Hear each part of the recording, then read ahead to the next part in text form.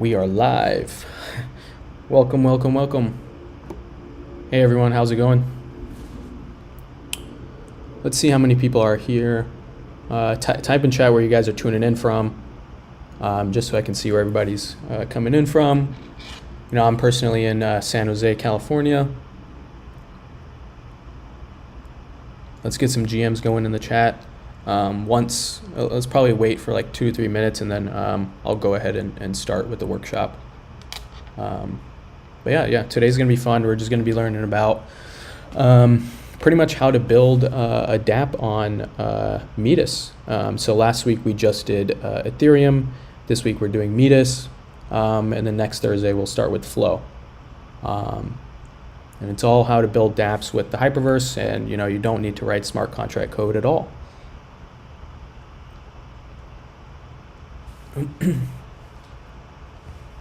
So actually, yeah, let's just wait here for a little bit. See people trickling in.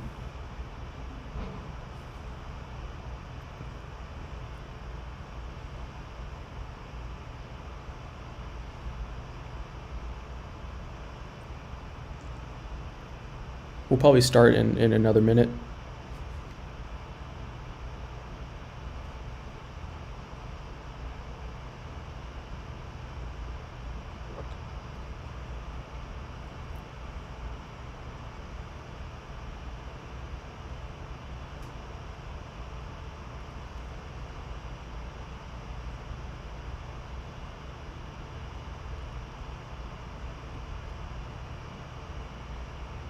I should really play some music sometimes in here.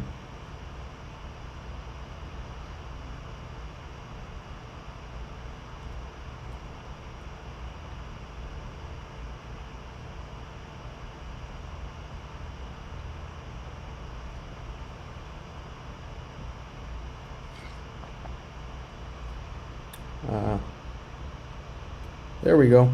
I see more people coming in.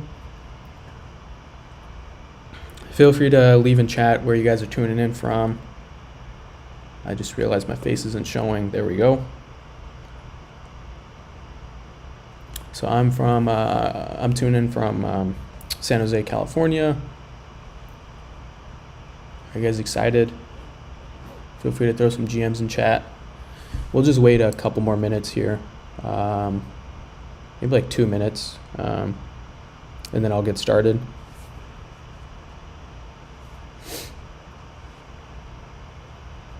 I'm just watching the chat to see if anyone's going to chat.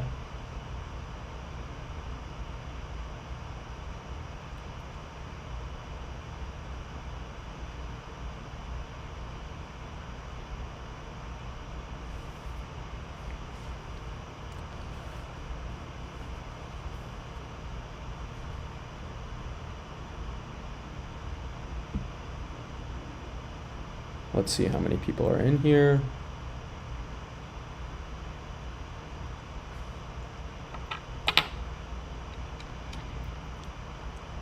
It says we got 4 people. I want to see you guys. I want to see you guys in the chat.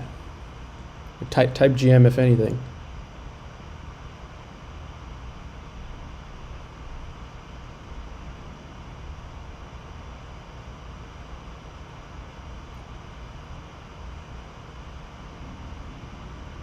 We'll wait for another minute. So at 2:05, we'll go ahead and get started.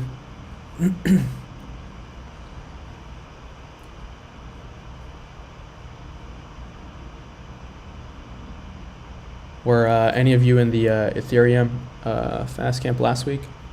So we did Ethereum last week.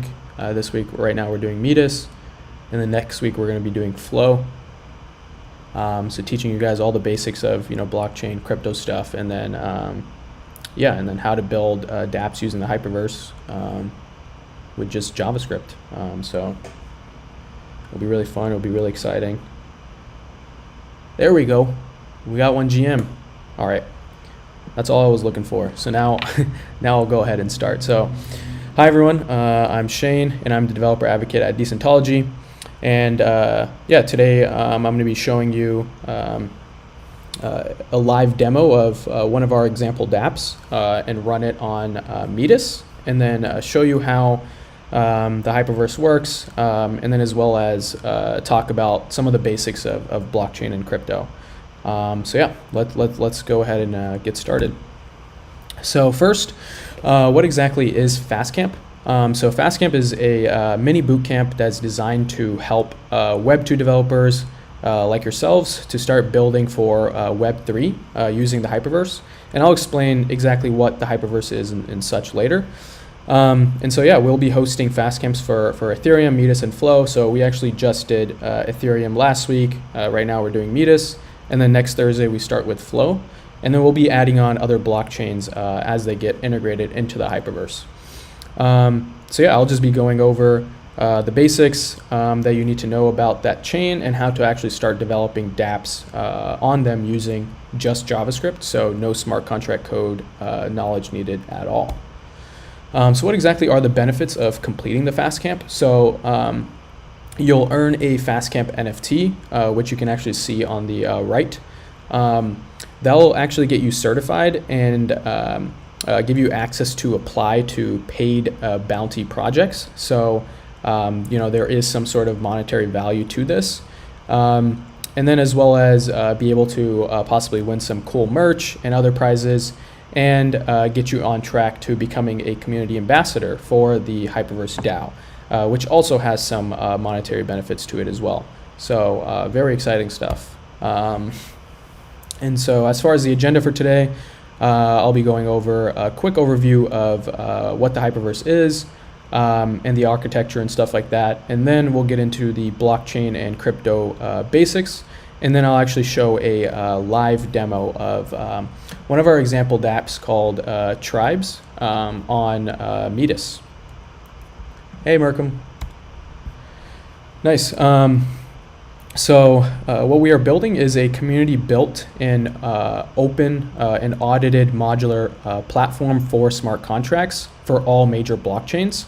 So I know that's a big mouthful, so I'll break it down for you guys. So today, how Web3 apps are made is that someone makes the smart contract aspect, and then someone makes the client side of the application, and then they put that together to build a Web3 app. Now, for the smart contract side of things, it actually requires a totally different programming language. So for example, like Solidity or Cadence or Rust, just depending on which chain you're building for, and as well as a different set of experience and skills. It's very different, building a smart contract versus building for a Web 2 application. You have to think of a lot of different things like the security, the cost, all that stuff. So one big example is that smart contract or code that's written on a smart contract is immutable. So once it's pushed onto the chain, it can never be changed. So, just thinking about that infrastructure by itself is very different from, the Web 2 world. So we want to make it super simple for Web 2 devs like yourselves to build with tools that they're already familiar with. So for example, JavaScript, right? So you'll be able to build Web3 apps using JavaScript without having to write a single line of smart contract code. So now let's get into the infrastructure of the Hyperverse. So this is a high-level diagram of what exactly is going on here. So we would have these smart contract developers that would build these single-purpose contracts. So instead of building one long smart contract that does multiple different things, this will be used for a specific purpose. And it would be packaged up, and this is what we would call them as smart modules. Once they actually have built these smart modules, it would be sent to our community of registrars, where the smart module package is then validated to make sure that it has the proper requirements like proper documentation, metadata, proper examples, and stuff like that. Once the smart module has actually been verified by our registrars, it would then be sent to our community of auditors. Now these auditors will actually take a look at the code of the smart contract and stake tokens if they believe that it is trustful. So this staking acts as an insurance layer for these smart modules. So when a Web 2 dev comes and they use one of these smart modules, they're pretty much guaranteed that the smart module is secure because 10, 20, 30, 40 auditors have actually staked their money, saying that this code is trustful. So now that we have that whole smart contract side of things, now let's take a look at the Web 2 developers. So all Web 2 developers would have to do now is use our JavaScript libraries to then connect to these smart modules that were built by the smart contract developers, and use them however they wish throughout the application. So this is where the composability comes into factor. So it'd literally be like Lego blocks, and you'd be plugging and using these specific features of these smart modules throughout your Dapp. So if this sounds familiar, it's because it is, right? Like in Web 2 world, if you want to build some sort of payment into your application, you wouldn't build a payment layer from scratch. You would just use Stripe's API and 2 to 3 lines of code, and you would have the whole payment integration. So just like that, if you have an application that has payment, notifications, messages, all that stuff, you would be choosing the APIs, the packages that you want throughout your application, and using those specific features throughout your application. So this is exactly how the Hyperverse works. You would just be choosing and what smart modules you want, and then using them however you wish throughout your application. So what we are building is the NPM for smart contracts, and it really is that easy. You would just be importing them like normal NPM packages, and then just calling all the functionalities in JavaScript. And I'll actually be showing you all of that in a live demo after this presentation. So now, maybe before showing up to the workshop, or even now, you're probably still wondering, do I have the right set of skills to be building Web3 apps? And I'm here to tell you that you absolutely do. It really does not require you to be a full stack dev at all. All you need to know is just HTML, JavaScript, CSS, and then some sort of framework like React or Vue or anything like that. And you can build any sort of application and just plug into these smart contracts that have already been built by these smart contract developers. So you would just be importing these smart modules and building out the entire client application. So I'm here to tell you that you already have the right set of skills and are ready to go to build Dapps.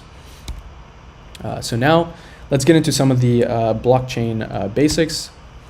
So here, first we're going to be comparing the architecture between a centralized versus decentralized application. So here's a quick diagram. You see, a user trying to access a centralized application. So maybe they're trying to, pull up a website or some sort of data on their mobile or desktop device. That request is then sent to the web server, which is then sent further to the API server, which is then sent to the database server, where the information is accessed. So once this information has been accessed, it will actually go right back down the line. So back to the API server, back to the web server, and it would appear on the user that requested that information. So now let's look at the Web3 architecture. So here you see a user trying to access a decentralized application on their mobile or desktop device. And that decentralized application was built using HTML, CSS, and JavaScript. So what's happening here is that request is then being sent to a node on the blockchain, which is decentralized. It's not a like the web server earlier. It's not a centralized server. So then once that information has been accessed, it will then directly be sent back to the user that was trying to access it. So now that we have a quick high-level overview of Web3 architecture, we can look at the actual blockchain workflow.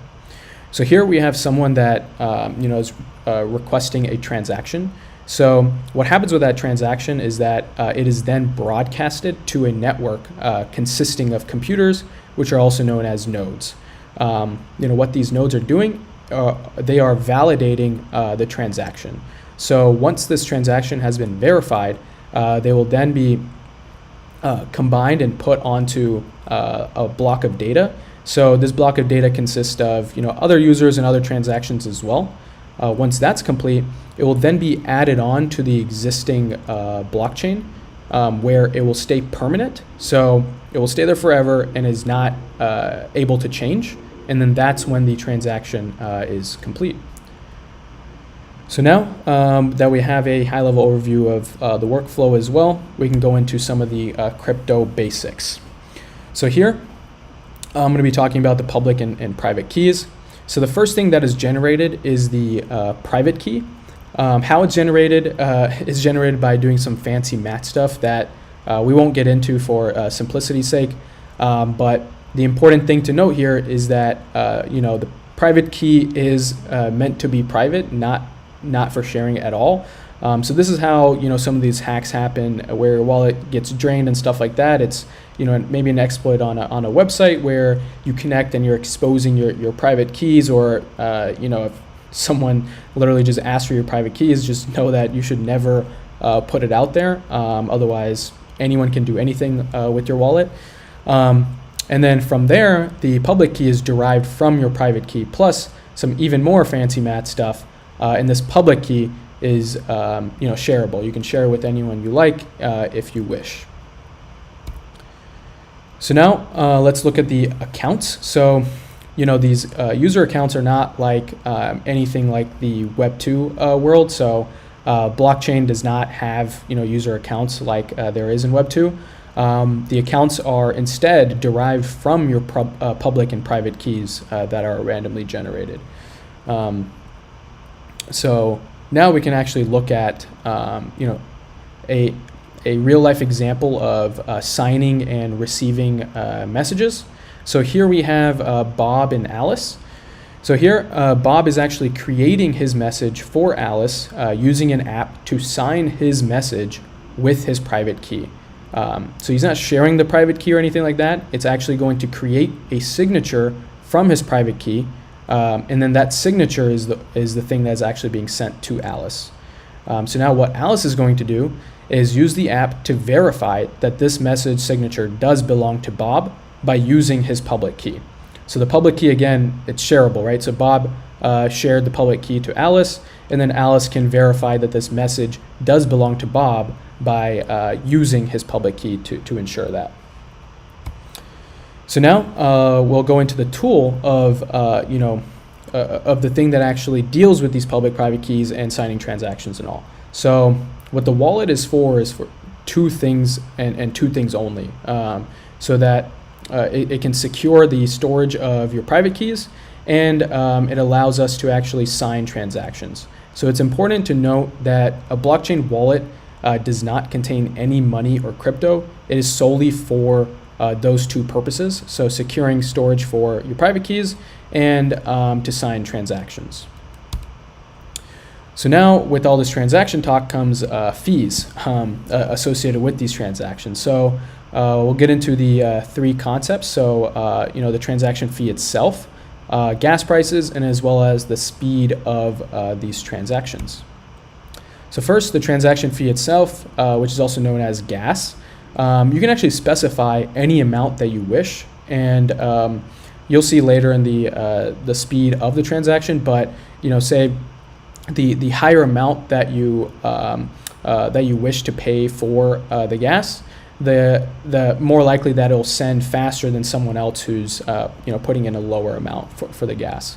But as you can see here, transactions with very low gas are likely to be ignored. Now you're probably wondering how do these gas prices how are they determined? So the gas prices are very dynamic and very according to how many other people are submitting transactions at that time. And now let's get into the speed of transactions. So like I had said earlier, transactions with higher gas fees are likely to be processed faster than those with lower fees. So now let's just quickly go over fungible versus non-fungible tokens, and then I'll go to a live demo of the example Dapp and explain how everything's working there. So first, let's go over fungible tokens. So fungible tokens are interchangeable. So if you think of dollar bills, if I were to give $1 to any of you watching, and then I ask for $1 back, you could essentially just give me any other dollar that's in your wallet, you wouldn't have to give me that specific dollar back. So this is where these tokens are interchangeable, and Bitcoin's just an example of that. And then non-fungible tokens or NFTs are not interchangeable, so they're all unique by nature. So if you think of an NFT being either a picture or video, audio, anything like that, it's intrinsically unique by nature, just because of the code that is associated with it, the code, the metadata, and all that stuff. So if I were to transfer an NFT to one of you guys and ask for it back, I would want that specific same NFT back because it's unique, right? It's different from any other NFT that is out there. So it wouldn't be the same unless it's the exact same one. So now let's actually go ahead and go into the live demo. So first, you're going to want to go to docs.hyperverse.dev, which someone can probably post in the chat for you guys. And then we'll go down to the Build Web3 Apps dropdown. After that, you'll click on the Environment Setup. And from here, we'll go to the System Requirements. So first, you'll want to make sure that you have Visual Studio Code or any other IDE for editing JavaScript downloaded, and then as well as Git, Node.js, and Yarn. So here are two different ways that you can get started building on the Hyperverse and actually getting hooked up. You can actually create it from scratch by doing the regular npm package for creating a Next.js application, or you can actually clone the Hyperverse monorepo that we have that has a bunch of example dapps included in there. So today I'm going to be showing you the Hyperverse monorepo way, so that we can actually get a example dapp up and running fairly quickly. So let's go ahead and click on this. And then you can see here the first step to do is actually clone the Hyperverse repo. So you could simply click copy here and go in your terminal and paste it. But what this gives us is access to all the example dapps, where you can simply go in and just run them and they'll work. And then as well as a packages folder, which includes all the different smart modules that we've created, that you can use and hook up to whatever dapp that you're building. So first, like I said, you would go ahead and copy this, put it in your terminal, and then you would actually go into the proper folder of the chain that you want to work with, and then the example dapp that you want to pull up. So in this case, we are working with Metis, and so then you would go into /metis/tribes, and then you would simply run yarn to install all the dependencies, and then run yarn dev. So let's actually go ahead and do that right now. So I've already done the git clone. So you'll see that we can automatically go into the Hyperverse mono folder, and then you can see here all the different folders that we have. So the packages would include all the different packages that we have available for you guys to mess around with and incorporate it into your dapps. And then we have the example dapps in the apps folder. So here you can see all the different chains. So today we're looking at Metis. And then we'll actually go ahead and go inside of the tribes folder, since that's the example dapp that I'm going to be showing you guys. And then you would here run yarn to install the dependencies, but I've already done that, so I'm going to go ahead and run yarn dev. Cool. Now we can pull up localhost and refresh, and you'll see the example dapp open. There we go. So here we are essentially just using a smart module called tribes. So what this allows us to do is a user can come on and either join, leave, or create tribes. You could join a tribe, you can leave a tribe. So you could think of this as any sort of group, or maybe like teams for games, something like that. So it's all mutually exclusive. So once you're in one tribe, you cannot be in another tribe at the same time. So when a user actually comes on to this example dapp, they'll see this connect wallet button right here. So once a user actually clicks this connect wallet button, they'll be shown a pop-up asking which wallet provider that they have. So in this case, we're using MetaMask. So I'll actually go ahead and click MetaMask, and then you'll see the MetaMask wallet extension pop up and actually ask the user to connect to the site. once a user connects to the site, you'll see a shortened version of their wallet address pop up on this button, and then as well as a button down here saying, join a tribe. So let's go ahead and do that. So let's click on Connect Wallet, click on MetaMask, and you see this MetaMask wallet extension pop up with all these different accounts. We can go ahead and click Next to choose that account and click Connect. So when we actually connect, you'll see the shortened wallet address pop up, and then as well as a Join a Tribe button. So a quick thing to note here as well is the testnet that we're on. So you see here it's the Metis testnet, and yeah, it looks like I'm really rich. So here, once you actually click Join a Tribe, you'll see that it's processing, and it'll showcase all the tribes that are available for the user to join. So what's actually happening here is that we're actually calling a JavaScript function that is pulling data or fetching data off the blockchain and showcasing the tribes that are available.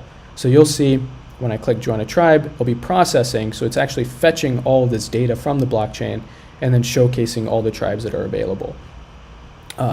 So now we will actually want to go ahead and join a tribe. So when I click on one of these tribes, what will actually happen is the MetaMask extension will pop up asking us to confirm this transaction. So anytime you read from the blockchain, it does not cost any money. There's no transaction involved since we're simply just reading or fetching information from the blockchain.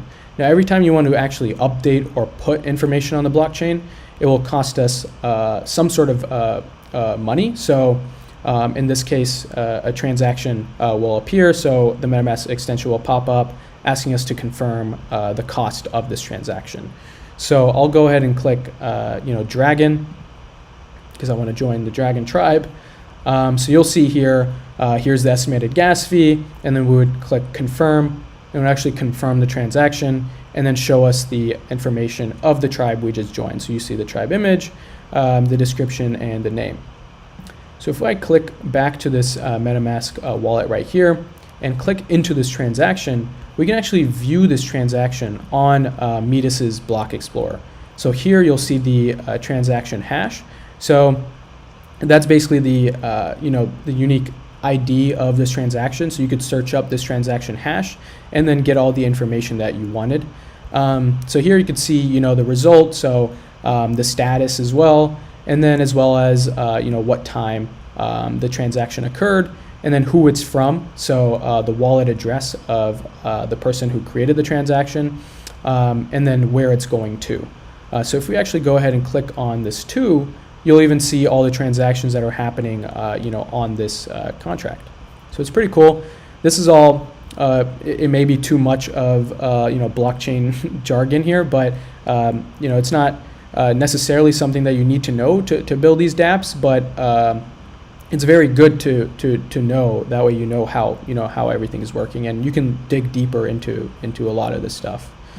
So let's go back to this example Dapp. So here you can imagine what's going to happen if we click Leave Tribe. Since we are updating information on the blockchain, it's going to ask us to confirm the transaction once again. So we can click Leave Tribe, and then it'll ask us to confirm the transaction. We can click Confirm, and then we're taken back to the home page. And here we can simply log out as well. And then when we connect wallet, we've already connected to it previously, so it won't ask us to confirm once again. So now let's actually dig deeper and look into the code and see how everything works. So here is the Hyperverse monorepo folder. So once you clone it and actually open it in your VS Code, this is where it will take you. And then we went into apps, and then we went into Metis and tribes. So the first file that we're actually going to look at will be the app.tsx file. So this is where the whole entire app is getting hooked up to the Hyperverse. So you'll see here that we are importing these blockchain specific modules, as well as the initialize, which will help us actually initialize the Hyperverse and get the Dapp hooked up. And then also it'll help us with some wallet specific features, so actually connecting and disconnecting and stuff like that. So you'll see here, to actually initialize the Hyperverse, all we are doing here is just passing in a set of parameters to this initialize function. So Blockchain, we're using Metis because we're doing Metis, but you can think that if you're doing Ethereum, or if you want to do Flow or anything like that, you would simply just change these names and you can build on those. And then for network, since we're using the testnet for Metis, it would just be network.testnet. Storage here is optional, so you can even leave this parameter out and it'll still work.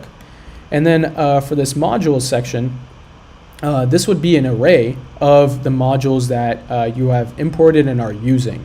So theoretically, you can think, if you have multiple different modules, you would just import them here, just like how this tribes is imported. So maybe if you have, a bunch for different specific functionalities, and then you would just attach them on to this array.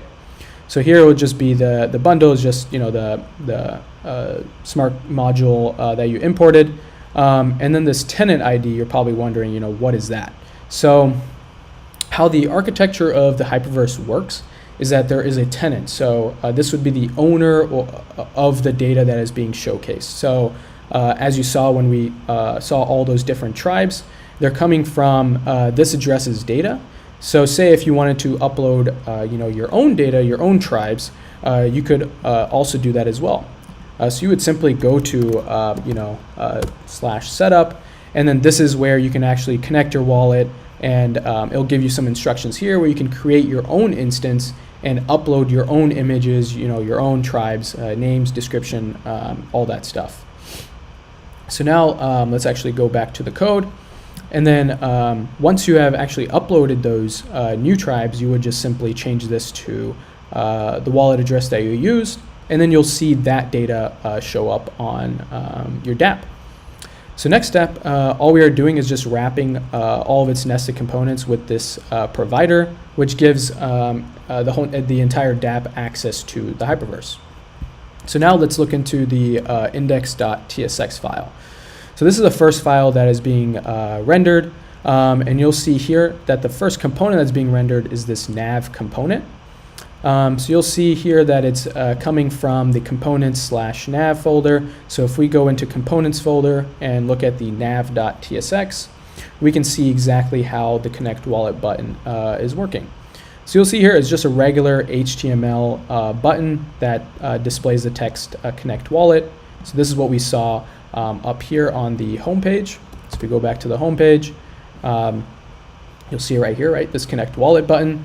So all we are doing is when a user clicks on this connect wallet button, we're calling this connect function. So how are we getting this connect function?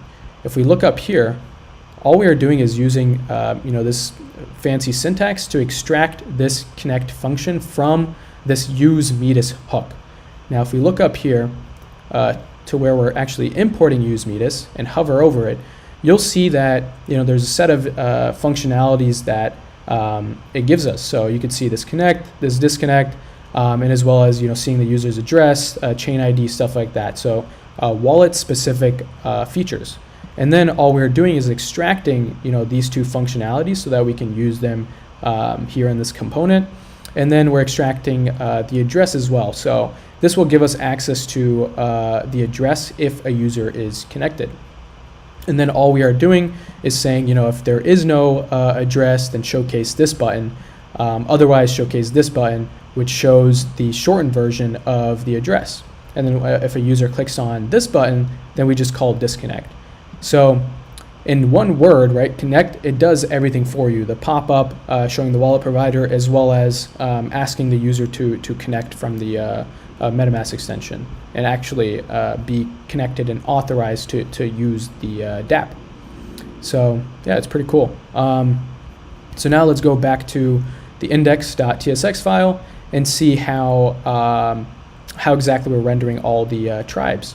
So when we actually click the join a tribe button that we saw earlier, once we connected the wallet, we saw that it was processing and then showcased all of its tribes. So what's happening is when we actually click join a tribe button, we're actually pushed to the all-tribes route. So you'll see that route here in its URL.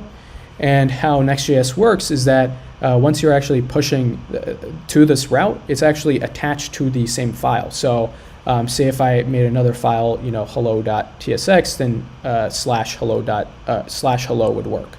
So here, let's go to all-tribes and see exactly how we are pulling these tribes and fetching them. So you can see here that we're actually mapping through something called data and then showcasing an image for each of its items. So this is where it's showcasing the tribe, so the image of the tribe and its name.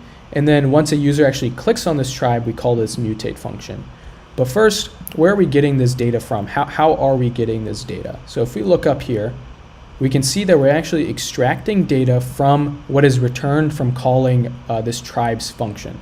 Now, where is this tribes coming from? We see that we're bringing it in from the use tribes hook. So we can see use tribes being imported right here.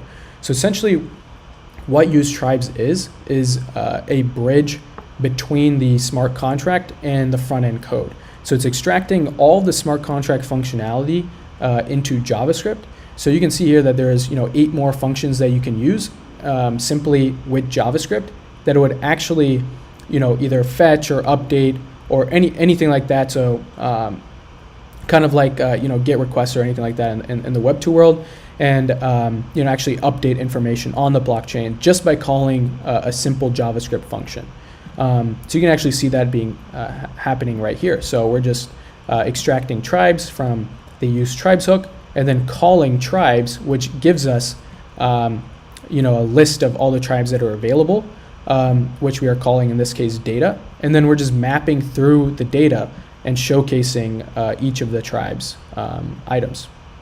So now when a user actually clicks on the tribe, we are joining that tribe, right? We're actually updating information on the blockchain. So you'll see here we call this mutate function and just pass in the ID of the item. So how does this mutate function actually work?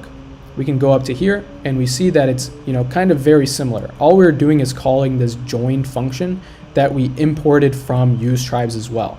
So it's very simple. It's just literally just calling the function in JavaScript, and it does everything for you on the back end. So actually putting and updating information on the blockchain, confirming the user's transaction, all that stuff is done for you just by calling join. And once that join has been successful, then we go to my-tribe, which we are showcasing the specific information of the tribe that the user just joined. So now we can go to my-tribe, and we can actually do that here real quick too as well. So you saw that we actually joined the tribe, so all we did was call that join, and it's doing all this for you, updating the information and actually showing the tribe data that the user just joined. So how are we pulling this tribe data, which you'll see is a very similar pattern. So you'll see here that we're just extracting tribe from the use tribes hook, right, that we imported. So very similar to what I just showed you earlier. So this tribe gives us access to the data that of the tribe that the user just joined. So here we call tribe, and then we are extracting the data from whatever is returned. And then if we go down here, we can see that we're just showcasing the data.name, the data.description, the image. So that's all being portrayed right here, right? The name, the description, and the image. And now we actually see a leave tribe button as well. So again, you could probably guess it's very similar to join tribe functionality as well. So we see the button, a normal HTML button with text of leave tribe. When a user clicks on it, we call this mutate function. So we actually go back here and see what the mutate function is doing. And we see that it's very similar to join. It's just calling leave, which we imported from the use tribes hook.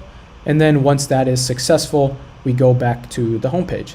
So again, the leave functionality is doing everything for you on the back end. It's updating the information. It's showing the MetaMask extension pop-up and confirming that transaction and all that good stuff. So literally just calling leave, we click leave tribe, and then confirm the transaction, and then we're taken back to the home page. So that is it for the live demo of tribes. We also have other packages like for example the ERC721 module. So you could essentially build your own custom token, so an NFT, and then as well as like seeing the total supply and transferring those tokens and stuff like that. And all of these packages have the same architecture of the tenant. So I guess that's an important thing to note, just to make sure that if you want to upload your own custom data, make sure that you also change the tenant ID in the code as well, so that it will actually pull from that data instead. So now let's actually go back to the slides. So this is just a quick overview of the agenda for FastCamp, just as a reminder. So here we just did the workshop, and then tonight will actually be the first checkpoint of submitting your Dapp ideas by midnight Pacific Standard Time. And then Friday, Saturday, we'll be holding office hours for an hour, so 9 a.m. to 10 a.m. In Discord in the office hours channel.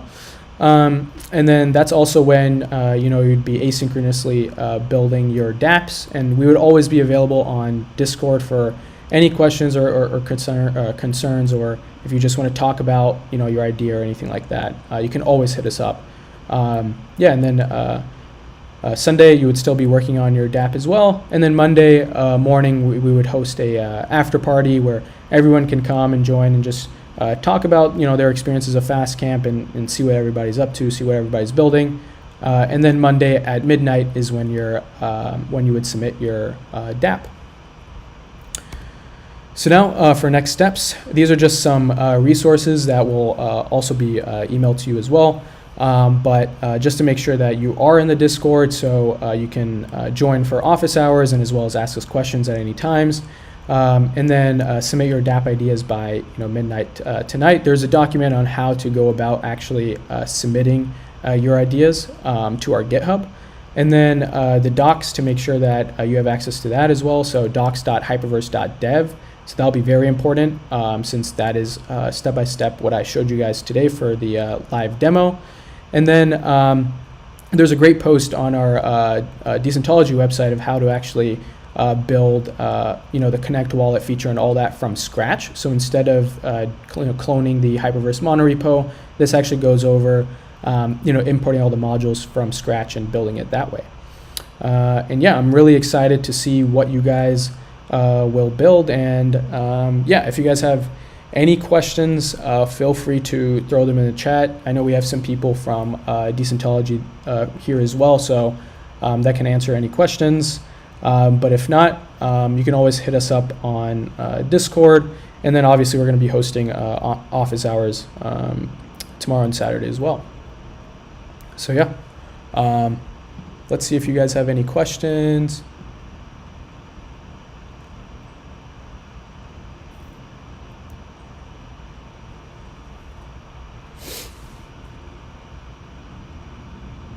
Are you guys excited? Do you guys, is there any confusion on, I guess, FastCamp in general?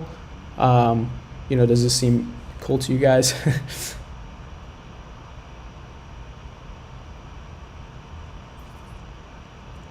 Hey.